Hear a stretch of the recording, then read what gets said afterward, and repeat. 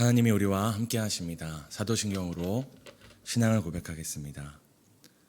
전능하사 천지를 만드신 하나님 아버지를 내가 믿사오며 그 외아들 우리 주 예수 그리스도를 믿사오니 이는 성령으로 잉태하사 동정녀 마리아에게 낳으시고 본디오 빌라도에게 고난을 받으사 십자가에 못 박혀 죽으시고 장사한 지 사흘 만에 죽은 자 가운데서 다시 살아나시며 하늘에 오르사 전능하신 하나님 우편에 앉아 계시다가 저리로서 산 자와 죽은 자를 심판하러 오시리라. 성령을 믿사오며 거룩한 공회와 성도가 서로 통하는 것과 죄를 사하여 주시는 것과 몸이 다시 사는 것과 영원히 사는 것을 믿사옵나이다. 아멘. 찬송가 539장입니다.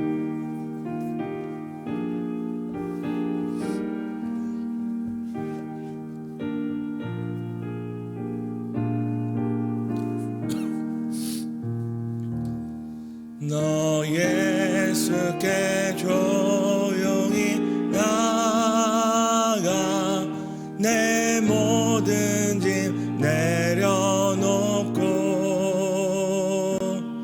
주 십자가 사랑을 믿어 죄 사함을 너 받으라. 주 예수께 조용히 나아가 내 마음을 쏟아놓으라. 늘은 미리 보시는 주님 그 은혜를 베푸시리. 주 예수의 은혜를 입어 내 슬픔이 없어지리. 내 이웃을 늘 사랑하여 너 받은 것 거저 주라. 주 예수께 조용히 나아가 내 마음을 쏟아놓으라. 늘은 미리 보시는 주님 그 은혜를 베푸시리. 주 예수를 친구로 삼아 늘 내 옆에 모시어라. 그 영원한 생명샘물에 내 마음 못 죽이어라. 주 예수께 조용히 나아가 내 마음을 쏟아놓으라. 늘은 미리 보시는 주님 그 은혜를 베푸시리. 너 주님과 사귀어 살면 새 생명이 넘치리라. 주 예수를 찾는 이 앞에 참 밝은 빛 비추어라. 주 예수께 조용히 나가 내 마음을 쏟아놓으라. 늘은 미리 보시는 주님 그 은혜를 베푸시리. 다니엘서 8장입니다. 다니엘서 8장 15절에서 27절 교독하시고 마지막 27절은 함께 읽도록 하겠습니다. 다니엘서 8장 15절에서 27절입니다. 제가 먼저 읽겠습니다. 나 다니엘이 이 환상을 보고 그 뜻을 알고자 할 때에 사람 모양 같은 것이 내 앞에 섰고 사람의 목소리가 있어 외쳐 이르되 이 환상을 이 사람에게 깨닫게 하라 하더니 그가 내가 선 곳으로 나왔는데 그가 나올 때 내가 두려워서 얼굴을 땅에 대고 엎드리매 그가 내게 이르되 인자야 깨달아 알라 이 환상은 정한 때 끝에 관한 것이니라. 깊이 잠듦에 그가 나를 어루만져서 일으켜 세우며 이르되 진노하시는 때가 마친 후에 될 일을 내가 내게 알게 하리니 이 환상은 정한 때 끝에 관한 것임이라.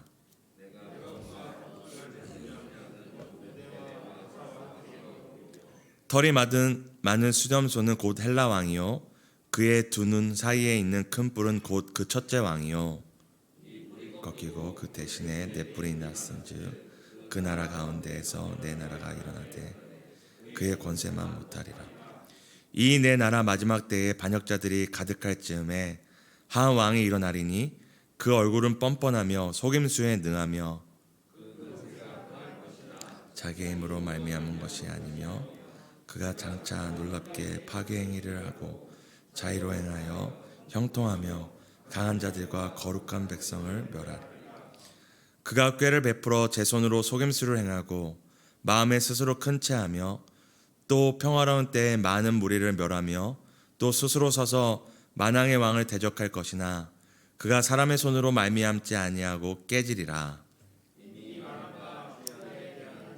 확실하니 너는 그 환상을 간직하라. 이는 여러 날 후의 일임이라. 이에 나 다니엘이 지쳐서 여러 날 앓다가 일어나서 왕의 일을 보았느니라. 내가 그 환상으로 말미암아 놀랐고 그 뜻을 깨닫는 사람도 없었느니라. 아멘. 오늘도 새벽 기도 자리에 나오신 성도 여러분 환영하고 축복합니다.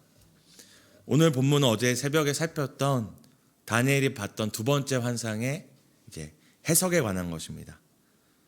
지난날 다니엘은 하나님께서 왕들에게 주신 꿈과 환상을 또 징조를 해석하고 그것이 실현되는 것을 직접 보기도 하였습니다. 그러기에 다니엘은 자신이 본 환상에 대해서 가볍게 여길 수가 없었습니다. 왜냐하면 자신이 꾼 꿈이나 환상이 아니었음에도 왕들이 꾼 꿈과 환상이 하나님의 뜻대로 이루어진 것을 봤기 때문에 자신이 오늘 본 환상이 자신이 그저 꾼 춘몽이 아니라 하나님께서 자신에게 직접 보여주신 거라면 반드시 언젠간 성취되고 실현될 하나님의 계획이었기 때문이었습니다. 오늘 8장 15절에 그래서 다니엘은 그저 이 환상을 그저 지나치지 않고 그 뜻을 알고자 했다고 성경은 기록합니다. 오늘날도 우리는 설교 강단과 개인 성경 통독 시간을 통하여서 하나님의 말씀을 보고 하나님의 뜻을 듣고 읽습니다. 그럼에도 말씀을 봐도 깨달아지지 않을 때가 있고 또 우리 인생의 수많은 문제와 환상이 아니라 현실 앞에서도 이것이 무슨 뜻인지 이것이 무엇을 의미하는 건지 도대체 하나님께서 나에게 무엇을 말씀하시는 건지 현실을 보아도 그것을 알 수 없을 때가 많이 있습니다. 보여주셔도 들려주셔도 읽게 하셔도 또 우리로 경험케 하셔도 우리의 한계로 인하여서 또한 우리가 갖고 있는 편견으로 인하여서 하나님의 그 선하시고 온전하시고 기쁘신 뜻을 다 헤아릴 수 없을 때가 많습니다. 그때 우리에게 필요한 자세는 무엇일까요?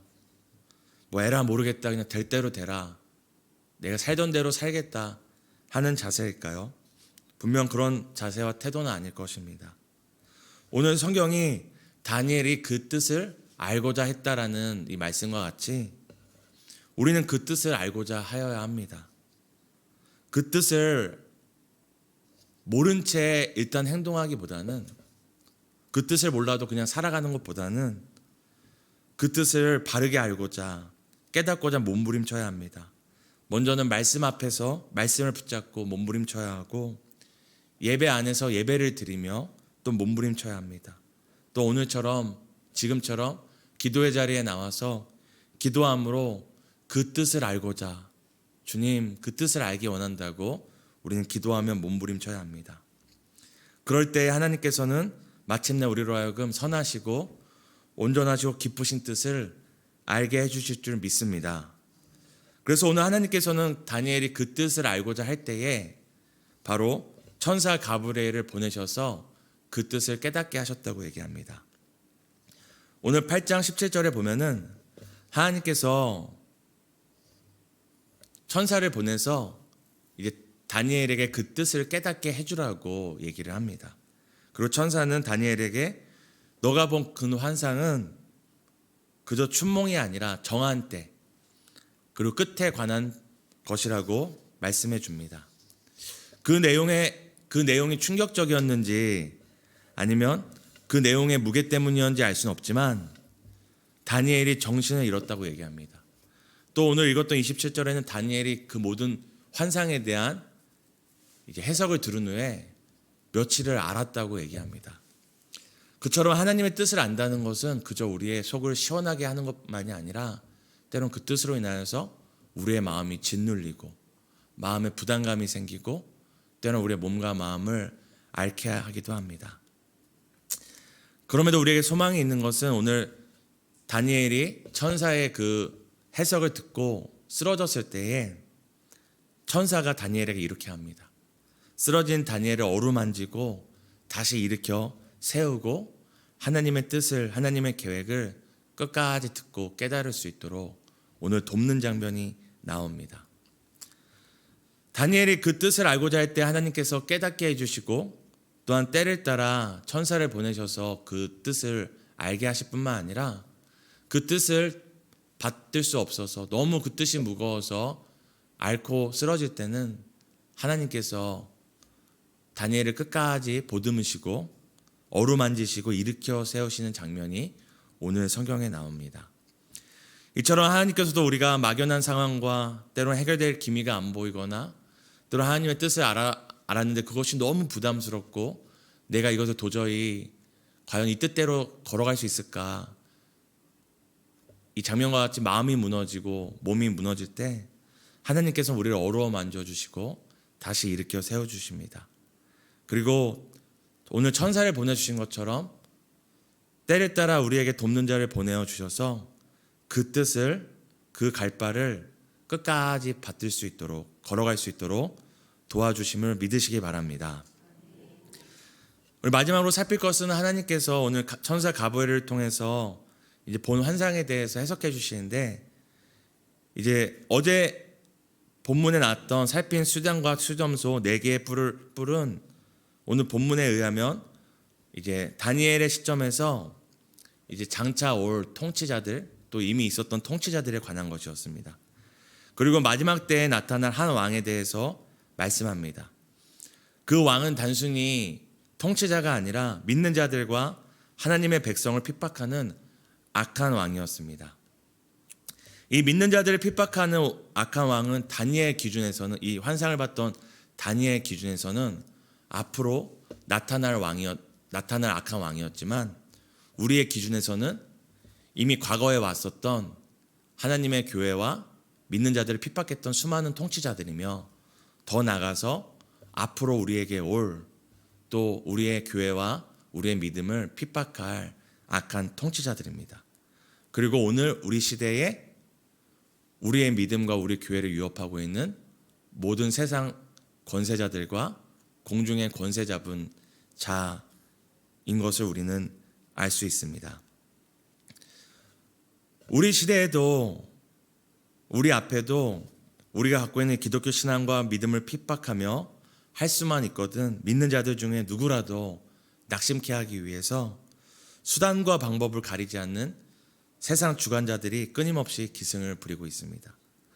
그것이 채찍일 수도 있고 아니면 우리로 하여금 우리의 믿음을 잊게 할 당근일 수도 있습니다. 그 방법은 우리가 알 수 없지만 한 가지 확실한 것은 과거에도 미래에도 그리고 오늘 살아가는 오늘의 현재에도 끊임없이 우리의 신앙과 우리의 이 믿음의 발걸음을 핍박하고 빼앗기 위한 악한 권세자들이 기승부리고 있다는 사실입니다. 하나님께서는 다니엘에게 환상으로 그날을 경고하신 것처럼 우리에겐 기록된 말씀으로 오늘 경고하고 있습니다. 이 경고를 받은 우리가 해야 될 것에 대해서 베드로전서 5장 8절은 이렇게 얘기합니다. 근신하라 깨어 있으라. 근신하라 깨어 있으라. 너희 대적 마귀가 우는 사자와 같이 두루다니며 삼킬 자를 찾고 있다. 다른 번역에는 정신 차려라, 정신 차리고 바짝 깨어 있어라라고 나와 있습니다. 성경을 통하여서 하나님께서 우리에게 너희가 핍박받을 것이다, 너희의 신앙이 흔들릴 만큼 큰 고난과 어려움이 있을 것이라 얘기할 때 우리가 해야 될 첫 번째는 다시 한번 깨어서 기도하는 것입니다. 그리고 오늘 마지막으로 그렇게 깨어 기도하려 할 때에 하나님께서 한 가지 말씀을 하십니다. 8장 25절에 그러나 어느 때가 되면은 사람의 손이 아닌 갑자기 그 악한 왕에게 마지막 때가 임할 거라고 얘기합니다. 사람의 손이 아니면 누구의 손이겠습니까? 바로 살아계신 하나님의 손이 아무리 악한 권세자가 난리법석을 치며 하나님의 교회와 하나님의 백성들을 핍박하고 유혹한다 할지라도 때가 되면 하나님께서 마침표를 찍어주시는 것을 다시 한번 우리에게 알게 하십니다. 사랑하는 성도 여러분, 오늘도 하나님의 뜻과 계획을 알 수 없을 때 우리가 더욱 하나님 앞에 엎드리기 원합니다. 알 수 없으니 내 맘대로 사는 것이 아니라 그 뜻을 알고자 더욱 기도하며 더욱 말씀 보며 더 하나님 앞에 나오는 우리 되길 소망합니다. 또한 끝날이 다가올수록 득세하며 우리의 믿음을 핍박하는 악한 세력과 믿음의 시험 앞에서 우리가 날마다 우리의 자신을 처 복종하며 근신하여 깨어 있기 위하여 기도의 자리에 힘써 모이기를 소망합니다. 오늘 함께 세 가지를 놓고 기도했으면 좋겠습니다. 우리 첫 번째는 하나님의 뜻과 계획을 알 수 없을 때에도 낙심하지 않고 하나님 앞에서 더욱더 깨어 기도하게 해달라고, 또 두 번째는 하나님께서 때를 따라 우리를 깨닫게 하시며 돕는 자를 보내주실 걸 믿고 인내하며 기다리게 해달라고. 오늘 세 번째 내만집 기도는 10여 다락방을 위한 기도입니다. 다락방이 서로를 긍휼히 여기고 존중하고 배려하고 서로를 사랑으로 섬기고 함께 기도하는 다락방 되게 해달라고 우리 시간 함께 기도하시겠습니다. 하나님, 우리도 알 수 없는 인생의 문제와 상황 앞에서 내 마음대로 내 뜻대로 또 내가 살아온 대로 선택하고 싶은 마음이 앞서지만 하나님, 다니엘과 같이 그 뜻을 알고자 오늘도 애쓰기 원합니다. 오늘도 하나님께 기도하며 주의 말씀을 보며 또 예배 자리에 나와서 그 뜻을 알고자 주님께 부르짖기 원합니다. 그때의 때를 따라 돕는 자를 보내주시고 우리의 길을 또 가르칠 자를 보내주셔서 하나님, 우리로 하여금 끝까지 걸어가게 하실 것을 믿습니다. 끝까지 걸어가게 하실 것을 믿습니다. 주님이 원하시고 기뻐하시고 선하시고 온전하신 그 길을 알게 하시고 그 길을 감당케 하실 줄 믿습니다. 하나님,